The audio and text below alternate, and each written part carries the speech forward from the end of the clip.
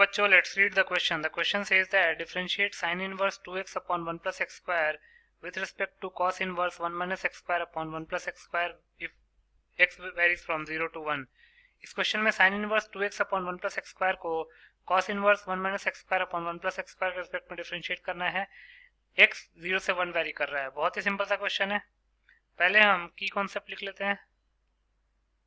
की कॉन्सेप्ट, पहला की कॉन्सेप्ट है sin 2 theta can be written as 2 tan theta upon 1 plus tan square theta, और cos 2 theta can be written as 1 minus tan square theta upon 1 plus tan square theta. Second, sin inverse sin x minus pi minus x के equal होता है if x varies from minus 3 pi by 2 to minus pi by 2. sin inverse sin x x के equal होता है if x varies from minus pi by 2 to pi by 2, and pi minus x के equal होता है if x varies from pi by 2 to 3 pi by 2. then cos inverse cos x का variation कैसे होता है? cos inverse cos x वो होता है minus x के equal if x varies from minus pi to 0, and plus x के equal होता है if x varies from 0 to pi. तो इन तीनों की कॉन्सेप्ट्स को ध्यान में रख के इस क्वेश्चन को सॉल्व कर लेते हैं. तो अकॉर्डिंग टू द क्वेश्चन हमको डिफरेंशिएट क्या करना है? Sine inverse 2x upon 1 plus x square को cos inverse 1 minus x square upon 1 plus x square के रिस्पेक्ट में we have to differentiate sin inverse 2x upon 1 plus x square with respect to cos inverse 1 minus x square upon 1 plus x square, 1 minus x square upon 1 plus x square, where x varies from 0 to 1. x जो है वो 0 से 1 very कर रहा है. तो मान लेते हैं let u is equal to sin inverse 2x upon 1 plus x square. तो 2x upon 1 plus x square को देख के x को tan थीटा पुट कर लेते हैं.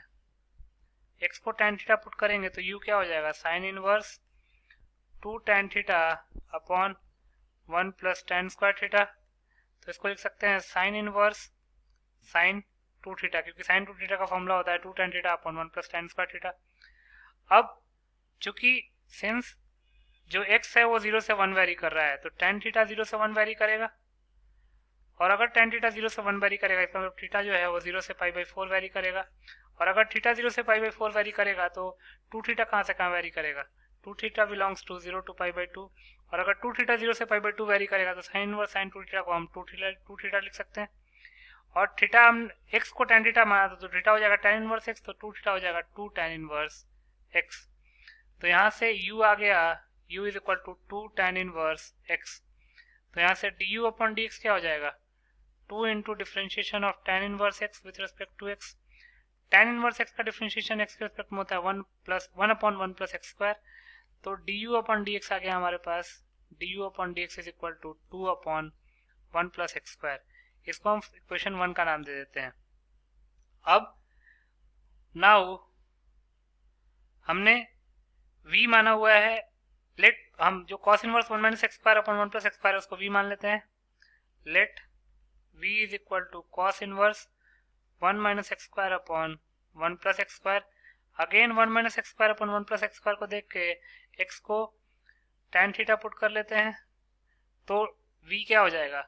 v will be equal to cos inverse 1 minus tan square theta upon 1 plus tan square theta, और इसको लिख सकते हैं cos inverse 1 minus tan square theta upon 1 plus tan square theta को लिख सकते हैं cos 2 थीटा. अब cos inverse cos 2 theta 2 theta के इक्वल होगा या फिर माइनस 2 थीटा के इक्वल होगा, ये तो 2 थीटा के रेंज पर डिपेंड करेगा. तो लिख सकते हैं सिंस क्वेश्चन में क्या गिवन है? क्वेश्चन में x जो है वो 0 से 1 वेरी कर रहा है, 0 से 1 वेरी कर रहा है. x को हमने tan थीटा माना हुआ है तो tan थीटा 0 से 1 वेरी कर रहा है. इसका मतलब थीटा जो है वो 0 से पाई बाई 4 वेरी कर रहा है. थीटा अगर 0 से पाई बाई 4 वेरी कर रहा है तो 2 थीटा 0 से पाई बाई 2 वेरी करेगा, और अगर 2 थीटा 0 से पाई बाई 2 वेरी करेगा तो इसका मतलब कि cos इनवर्स cos थीटा को क्या लिख सकते हैं? 0 से पाई बाई 2 में cos inverse cos theta theta के इक्वल होता है, तो कॉस इनवर्स कॉस 2 थीटा के इक्वल हो जाएगा।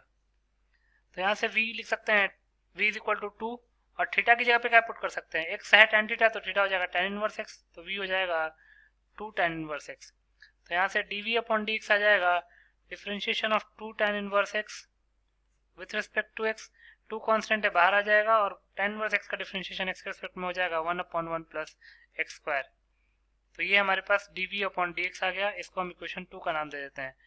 du अपॉन dx भी 2/1 प्लस एक्स स्क्वायर आया था, और dv अपॉन dx भी 2/1 प्लस एक्स स्क्वायर आया है।